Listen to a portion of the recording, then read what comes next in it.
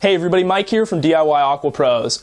Today I'm going to take you through my summer project. This year it was starting up an extremely low maintenance plant pond that I set up, pretty much forgot about for 3 months, and came back to find over $700 worth of new plants. I think you guys are really going to enjoy this one. Let's start the build.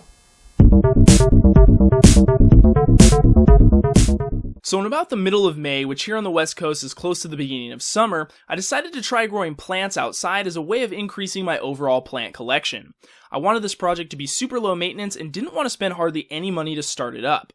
For the pond itself, I picked out a plastic $10 kids pool. I then grabbed a couple leftover bags of soil, some extremely cheap cement sand for the cap, and found some old flexible garden trellis along with some plastic garden netting to serve as a cover. Placement of your pond is really important, especially if you live in a place that has a really hot summer. Luckily for me, I live in a place where the summer is pretty mild and only really gets to 95 degrees Fahrenheit or hotter for a few days. Most of the time the sky is clear and the temperature ranges from 75 to 85 degrees. I positioned the pond on my back deck in a location that receives strong daylight from about 10 a.m. to 3 p.m., the rest of the time being fairly shaded by the fence and house on the other side. I tried to avoid intense sunlight that would last all day long in fear of the plants being overloaded, and you'll see later that I guessed pretty good here. I only used enough soil to completely cover the bottom of the pool with no more than a half an inch of soil. I felt that there was no reason to go crazy here or even make it close to the recommended 1.5 to 2 inches you'd use on a standard planted tank.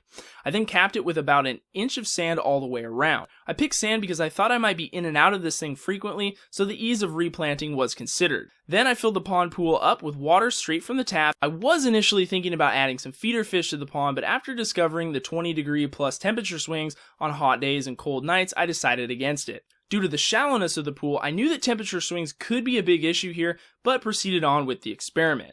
Now was the fun part. It was time to plant. I had an idea of what plants might have a good chance at working out, but again, wasn't 100% sure. I didn't buy any new plants for this project, I just used a few that I had lying around that didn't have a good home. First was the addition of some dwarf sage, starting out with only 3 plants.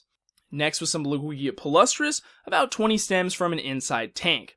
I had one jungle val that didn't have anywhere else to go, so I threw it in. I also tried a few Crypt Wenties, 2 small Amazon swords, and some Hygrophila angustiphilia. Not shown is the addition of some Java moss and a few handfuls of water sprite. When all the planting was done, I then covered the pond with the terrace and wrapped the black netting around the top. The primary reason for this was not shade, but protection from animals of the night that may be looking for some food. I then left the plant pond alone, checking up on it pretty regularly for the next few days.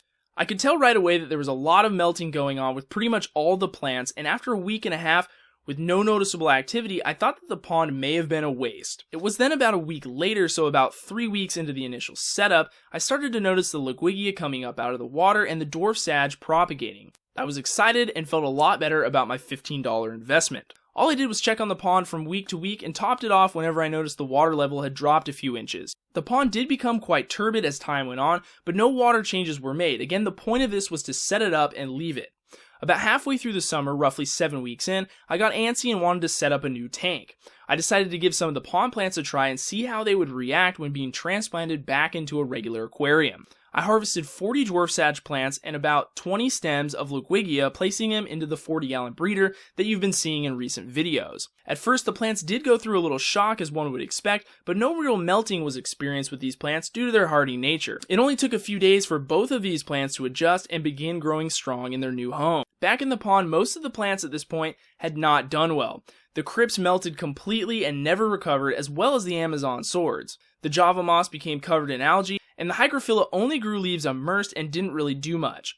However, the jungle val did surprise me. Right away, all of the long leaves melted, but the mother plant did start to send off runners, eventually creating several plants, all of which stayed very low and under the water column. So I did end up accidentally leaving this cover off for a few nights and came out one morning to have my coffee and found out that the pond had been infiltrated. My guess, it was a couple raccoons, but who knows. Many of the plants had been uprooted, but none of the vegetation looked damaged, so I didn't do anything as far as replanting goes. Pond security should be a major priority, especially if you're going to keep fish. But since this happened at the beginning of September, I decided to harvest the pond and shut it down. With the fall weather approaching, I knew it was only a matter of time before the plants would slow down anyway. I drained the pond completely and began to uproot and separate the runners from all the dwarf sage and the jungle val. I cut off all the good-looking stems of Loguigia, something that I should have done first with the pond still full. I then took the plants inside and again separated them into their own tubs and began to count and prepare them for a normal tank. The Liguigia was simple, just cutting off some decent sized stems and removing a few bottom leaves for replanting. The dwarf sage and the jungle val took a lot more time, having to snip off the connecting tissue between all the runners. When it was all said and done, I ended up with a total of 131 dwarf sage, 49 jungle vals, and 42 healthy stems of Liguigia.